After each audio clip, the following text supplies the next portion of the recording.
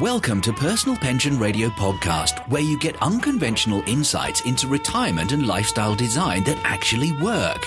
You don't have to settle for the same tired Wall Street advice. Break away from the herd and learn how to achieve the retirement lifestyle of your dreams. And now, here's your host, the income engineer, Kraig Strom. All right, back on Personal Pension Radio, episode number 105. Now that I actually pressed the record button, I can get started here. I don't always title my episodes when I go through and get these things started. I sometimes just jump right in. But today I actually titled the episode because you'll hear about it as we go through it in segment 1 and 2. But episode 105 is titled Avoid Radio Retirement Advice. Avoid Radio Retirement Advice. And you'll understand more about that as we go into this. Now, you are listening to Personal Pension Radio. I am the income engineer, Kraig Strom, broadcasting from my workshop studio here in Southern California. Brought to you by, if you haven't already been there, go to personalpensionradio.com, personalpensionradio.com. All the back episodes are there. I do my best. My team really helps to get the episodes transcribed and get that information posted for you. If you're missing something or you have questions about anything that might be out there, show notes, whatever it is, please request right there through personalpensionradio.com. Just request it and be happy to get you the information that you're looking for. So what is Personal Pension Radio all about? I, the income engineer you might expect, I'm all about retirement income. But I love talking about investments. I love talking about the comprehensive nature of financial planning. Comprehensive being the key thing there. Optimizing retirement income does not happen with a product. It doesn't happen with a 401k. It doesn't happen with life insurance or mutual funds. It doesn't happen with annuities or real estate, stocks and bonds. None of these things by themselves will help you optimize, maximize, drive it through the roof type retirement income. You must have an integrated approach. And that's why I tell you on this show over and over and over again, if someone is pitching you a product, today we're going to talk about life insurance of all things because it was on the radio, as the title might have given you a hint there. Life insurance is the answer. It's the greatest thing ever. Well, you know what? It is not. Life insurance, stocks, mutual funds, real estate, annuities, none of them by themselves are going to get you that maximum income number. You've got to have an approach that brings the best of all those things together to enhance everything. My goal is to turn the light back on at the end of that retirement tunnel. That if you're looking at selling a business someday and you've spoken to your financial advisor and you've heard them say things like, well, based on the 4% rule and the Monte Carlo simulation says, if you've heard a negative outcome, one that says, hey, maybe you should save more money. Maybe you should just work longer. Maybe you shouldn't sell your business. Maybe you shouldn't retire. I'm here to tell you, you owe yourself the chance. Just call me. Go to Personal Pension Radio, call me, email me, get in touch with me. Let me see if I can help you save your retirement dream and turn that light back on at the end of the tunnel. That's what I'm all about. I am absolutely committed to it. I love it. I get all jacked up and excited when I think that I can help someone achieve something that perhaps another financial advisor or a financial entertainer told them that they couldn't do. I love that challenge. Please give me a try. personalpensionradio.com. Go ahead and contact me through the website there. Now, full disclosure before I forget, I am not an attorney. I am not a CPA. I am a certified financial planner professional. I'm also a chartered financial consultant. I'm also an investment advisor representative. But that doesn't mean that you should act on things that you hear on this show. You shouldn't act on things that you hear on this show or any other show for that matter as if it was advice for you. Especially, please do not act on advice that you hear from financial entertainers. Financial entertainers are people who are unlicensed, unregulated, no checks and balances, and they're just giving out financial advice. It's like practicing medicine without a license, and I just can't believe that it's allowed. I do understand it. I hope you can remember. Meet with a qualified financial advisor. I would love that to be me. I've got a number of folks that I've been working with now that have come in and contacted me through the podcast, and we've had the opportunity to get started on their own conversation specific to them. So I encourage you to do that. Don't take anything on this show or any other show as if it was advice for you.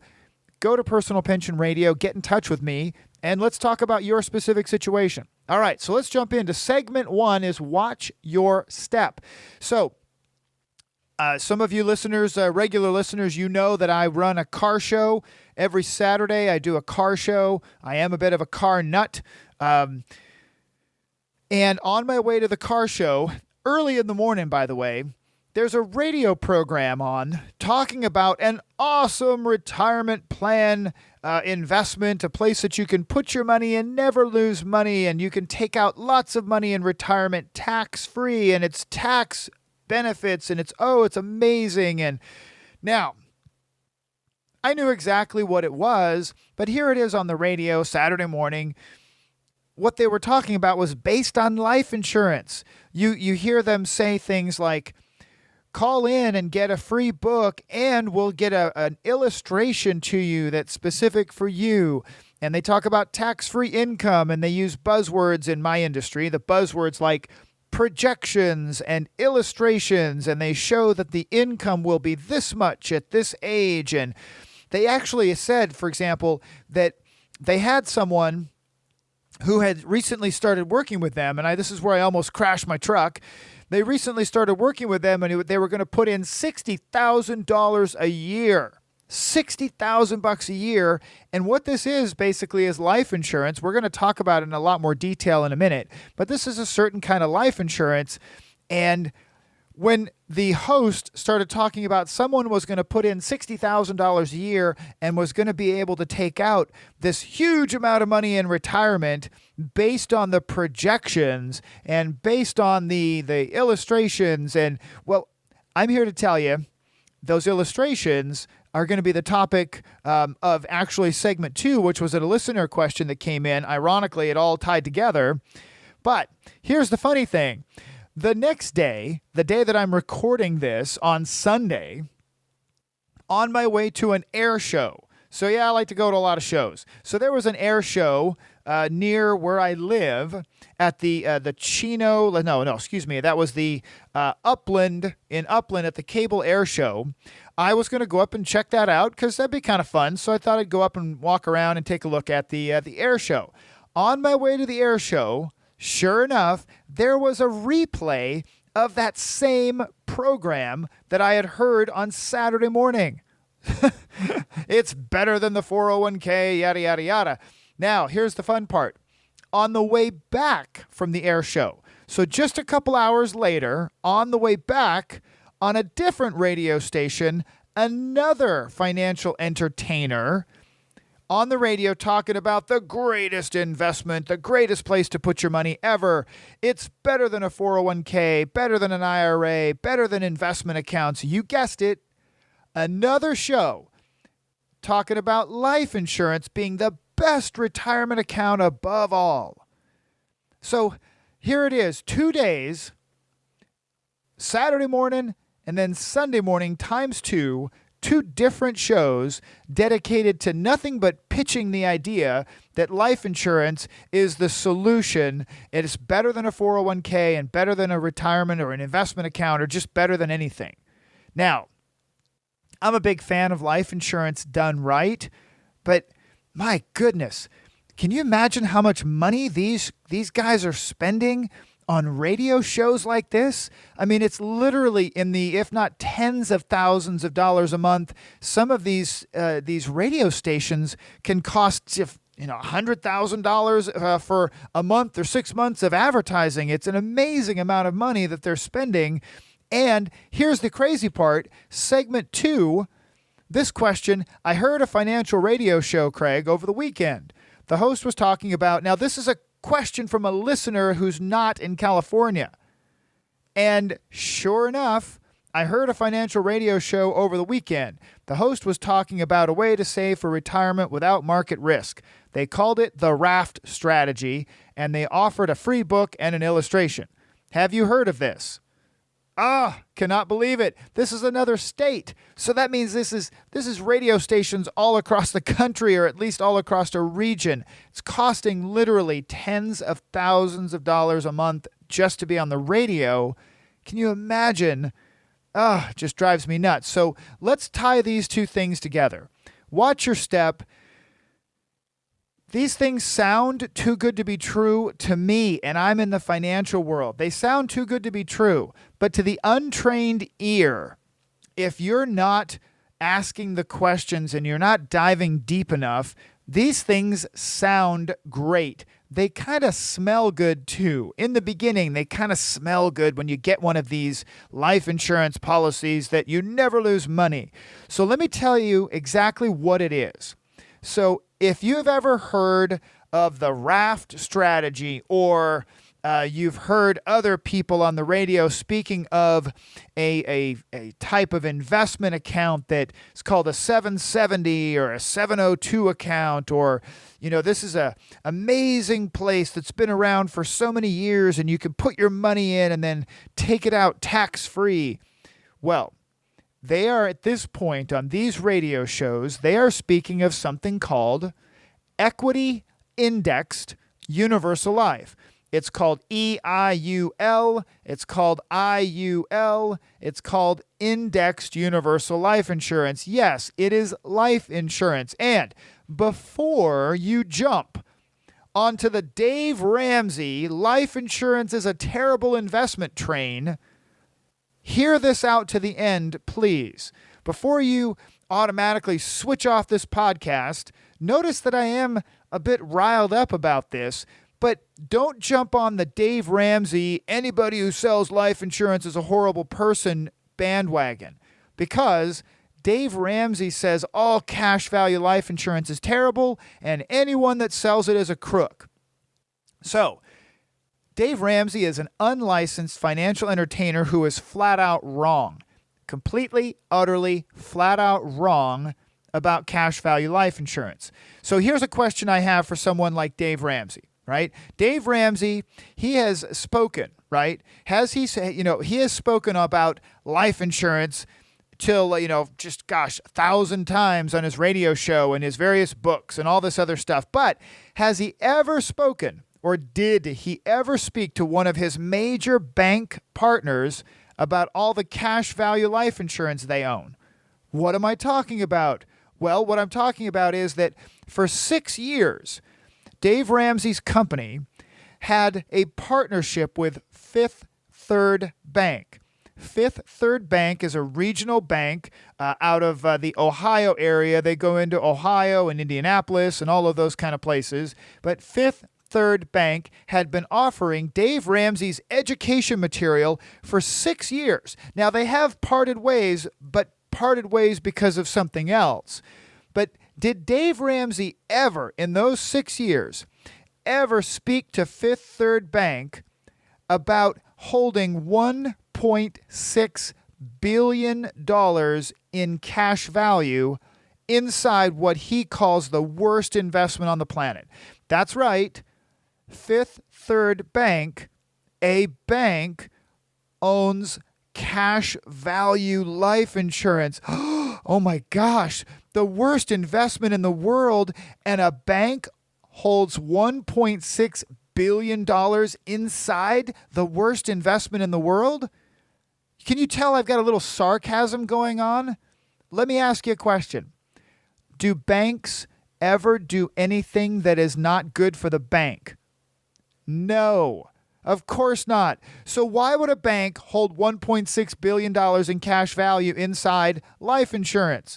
Maybe because it's actually a pretty darn good place to hold cash value, right? So Dave Ramsey, when it said this flat out statement about cash value life insurance is horrible, he's just flat out wrong. And he'll never admit it, because we could line up economists and financial experts and people like myself who can actually articulate the economics and the fundamentals behind it. to completely prove him wrong, so he'll never put himself in a position where people like myself could actually talk with him about it. He won't ever do that. So this is just me saying, hey, he's completely wrong about cash value life insurance. Now, with that said, I have a serious, serious problem with how equity indexed universal life is sold. I personally believe it gives financial advisors and the financial advisory community oftentimes a real black eye. It really does. And it just bugs me. So let me tell you why.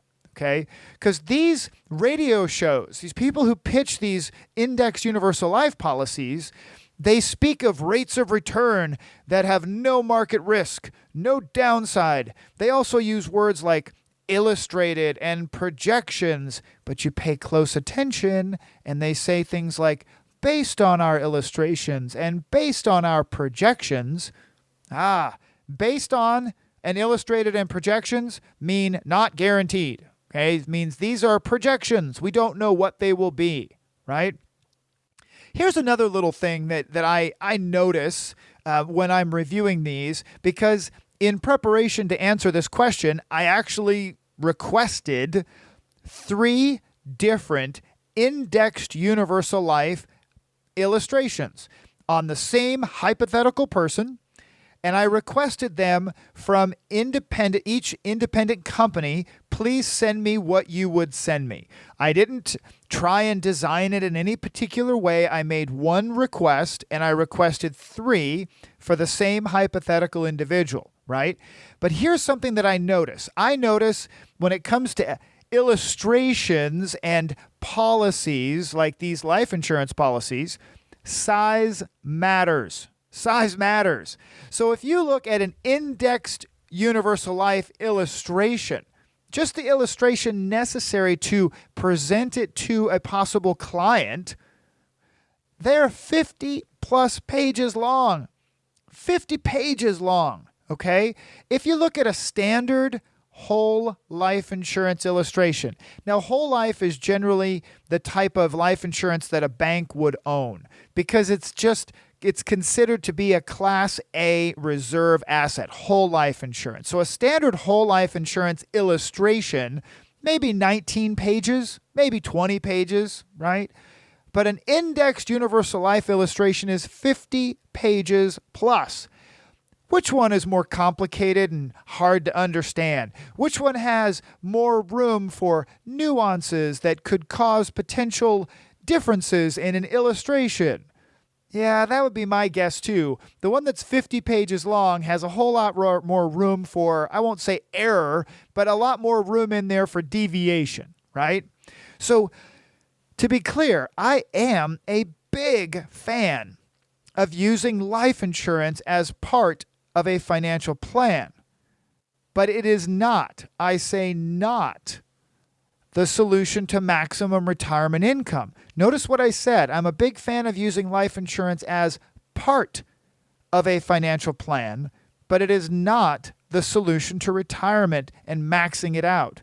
My big problem with this type of life insurance that these radio shows are pitching is the illustrated projections are so unrealistic at best. So like I said, I went to 3 different companies, big indexed universal life companies. And I said, okay, I've got to do this for my listeners because you're hearing this kind of stuff out there all the time. You're being pitched it. I got to do this. So I requested 3 illustrations. These are illustrations from 3 different companies. And the only thing that I requested was, please use a projected market rate of return. Now, that's important. Let me make sure you understand the way that these things are pitched is that these life insurance policies, they use a stock market index like the S&P 500 or the Dow Jones or whatever. They use the index as a reference point for the rate of return that you have inside your policy. So the one thing that really, again, bothers the heck out of me is that they project a market rate of return linear every year, year by year by year. So I requested that these illustrations be done with a market rate of return at 6.5%. Now, why 6.5? Because a lot of these illustrations are done at 8%, at 7%. I'm going to try to be fair to the indexed universal life illustration and say, okay, give it to me at 6.5. I've seen these things illustrated at 7s and 8s. Okay, let's see it at 6.5. Doesn't really matter. You can illustrate it in any number of ways. So I requested it at 6.5, 6.5%. Please remember that. 6.5% was the illustrated rate that the market would give us as a credit. Because again, we're not investing in the market in these life insurance policies like these indexed universal life. We're using the market as a reference. All right. So let's take a look at this from each one of these from an actual rate of return over 20 years. Now, if you want to know more details about this, you really need to see this on the screen in front of you. Please just go to Personal Pension Radio and contact me. I'd be happy to walk you through this and explain the details on how I went and got this done for you. So let me go ahead and pull up the screen here. So the first one, and I'm not going to talk about companies because this isn't about being negative about a particular company. But this is illustration number 1. Remember, a 6.5% rate of return illustrated, and I ran this for 20 years, and I use a calculator that takes the cash value and the premium, and it gives me an actual real internal rate of return over a 20-year period. Remember, 6.5 is the number we use. So the first illustration, the actual internal rate of return on the cash value was 3%. 3%. You got that? Not 6.5. All right, so let's go to the next one. Okay, so let me grab this. I'm on my computer here, just clicking on my windows. I'm going to grab this one here, see if this thing will be friendly. Of course, right in the middle of my podcast, it decides to be less than friendly. So now on the second one, same thing, exact same person, hypothetical person. The cash value internal rate of return after 20 years is 4.06. Not 6.5, 4.06. Okay, so the third one, the internal rate of return of the cash value, 3.64. So a 3, a 4, and a 3.6 internal rate of return on the cash value, not 6.5. So where did the rest of it go? Okay, where did the rest of it go? You got the answer, everybody? You're out there thinking about it, right? If I project 6.5 on the illustration, but it really comes out to 3.6, where's the rest of the money? Yeah, you guessed it. Internal fees, expenses. Remember, my big thing is efficiency first. So understanding the fees, the inefficiencies of an indexed universal life is critical. Now, does that mean that an indexed universal life is wrong? We're always wrong. It's terrible. No, of course not. Indexed universal life, I'm sure, has an application for someone somewhere that's perfect. What I'm trying to tell you, though, is when you hear someone rattling off a 6% or 7 or an 8%, oh, it's going to be great, the rate of return, and then you can hang your retirement plans on this asset. Ask some questions, folks. Get into the details, okay? Because I did not design these policy illustrations. I simply requested them from each of the 3 companies. And this is what they sent me. They sent me policies from their system. And how in the world can an internal rate of return over 20 years be so much lower than the illustrated rate? What could have caused it? You guessed it. It's got to be fees. I'm a big, big fan of properly designed life insurance used in conjunction with an integrated plan. But by itself, life insurance done right can be a great financial tool. It's just that when it is used in conjunction with a well-orchestrated retirement and estate planning or business plan, life insurance is amazing. Let me say that again. By itself, life insurance can be a great financial tool, but when it is used in conjunction with a well-orchestrated investment plan, real estate plan, a business plan, estate or charitable gifting plan, life insurance is amazing. It's awesome. So I'm a big, big fan. Now, I have a call to action for my listeners. If you have been sold or are being sold an indexed universal life policy or a variable universal life policy, please contact me for a second opinion, for a review. Here's a big one. If you are a financial advisor and you think that I am way off base, please contact me. I'm always willing to learn. I've always got my ears open. I'm always willing to learn. I just can't figure this stuff out where it makes sense for me to introduce it to someone. So maybe I'm missing something. Maybe there's a button that I'm not turning or a switch that I'm not switching. Okay? So please, if you've got any questions about this, go to personalpensionradio.com. Get in touch with me there. Now, that is going to wrap it up for this episode. Remember, get off the log. 4 frogs on a log and 3 of them decide to jump. 4 frogs are still in the log. You've got to actually commit and you've got to take the steps to help yourself. Get off the log.